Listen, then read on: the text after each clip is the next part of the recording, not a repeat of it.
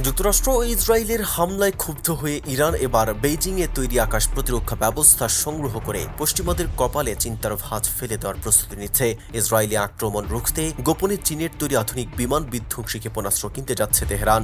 আর এমন সম্ভাব্য চুক্তির গুঞ্জনে পশ্চিমা বিশ্বে শুরু হয়েছে তীব্র আলোড়ন। ইসরায়েলের সাম্প্রতিক ক্ষেপণাস্ত্র ও ড্রোন হামলায় ইরানের আকাশ প্রতিরক্ষা ব্যবস্থার যে ক্ষতি হয়েছিল তা মেরামত করতেই তেহরানের এই গোপন প্রয়াস।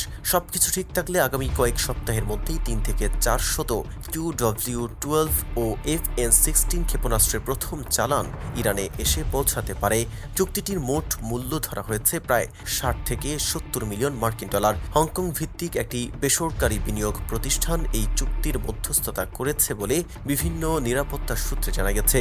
তবে চীনের পররাষ্ট্র মন্ত্রণালয় এই খবরকে সম্পূর্ণ ভিত্তিহীন বলে উড়িয়ে দিয়েছে। একইভাবে পাকিস্তানের সামরিক জনসংযোগ বিভাগও এই অস্ত্র চালানে পাকিস্তানের ভূমি বা আকাশ ব্যবহারের তথ্যকে সম্পূর্ণ মিথ্যা বলে নাকচ করেছে। সামরিক বিশ্লেষকদের মতে কাঁধে বহনযোগ্য এই ক্ষেপণাস্ত্রগুলো নিচু দিয়ে উড়ে যাওয়া ড্রোন, হেলিকপ্টার এবং যুদ্ধবিমান নিমিষেই ভূপাতিত করতে অত্যন্ত কার্যকরী। এগুলোকে সহজে যে কোনো স্থানে লুকিয়ে রাখা যায় এবং অল্প কয়েকজন মিলেই পরিচালনা করা সম্ভব।